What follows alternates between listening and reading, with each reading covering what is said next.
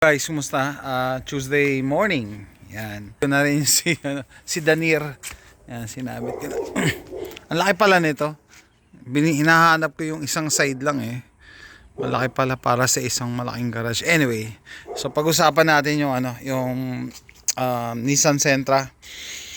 So may bisita kami. Umalis na kahapon no? From Virginia, yung kaibigan ni Mrs. Kaibigan ko na rin yun. No? Kung kailan may bisita kami, nasira aircon, dalawang kotse. So yung Sentra, etong Sentra at saka yung Explorer sira aircon. So eto papakita ko kung ano yung sira and ano yung fix. So nabasa natin, bukas na ba? Yan. So kita niyo yung ginawa ko. Pakita ko lang, no. So, anong nangyari dito? Lumalamig naman yung aircon. Ang problema, dito lang yung malamig, dito sa dalawang vent. Dito at saka dito heater ang function, mainit yung hangin. So sabi ko, paano to?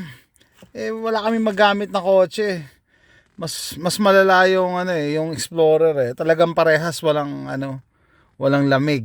So ito ginamit namin. So tinakpan ko muna to temporary habang nagda-drive ako, kaya hanap akong pang Gumana naman. Tinodo ko yung blower. Tapos dito yung buga ng lamig. Kasi ito, mainit. Sabi ko, kaya?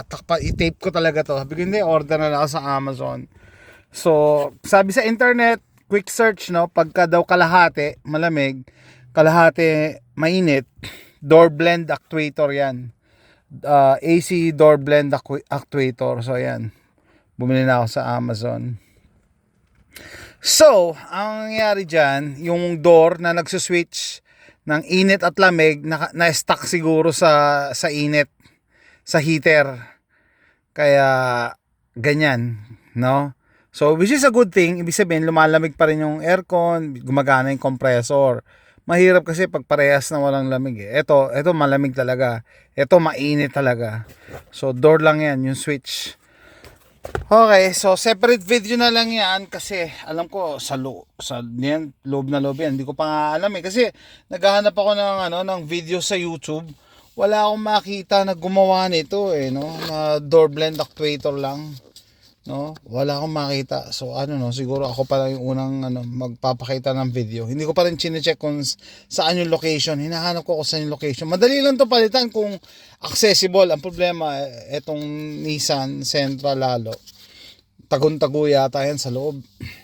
Iba tatanggalin tong buong to tatanggalin, tapos tatanggalin mo rin to ilalim, no? Hopefully hindi na tayo umabot sa ganon. Pero ito lang, quick video lang na pag ang aircon nyo sa kotse kalahati malamig, kalahati mainit, yan, blend door actuator yan. Kasi yung pinto niya pag switch sa hot or cold sira. Okay, so temporary fix. Ayan, temporary fix. Habang nagdadrive ako, ginawa ko yan Sabi ko, parang bilang uminit. Okay naman.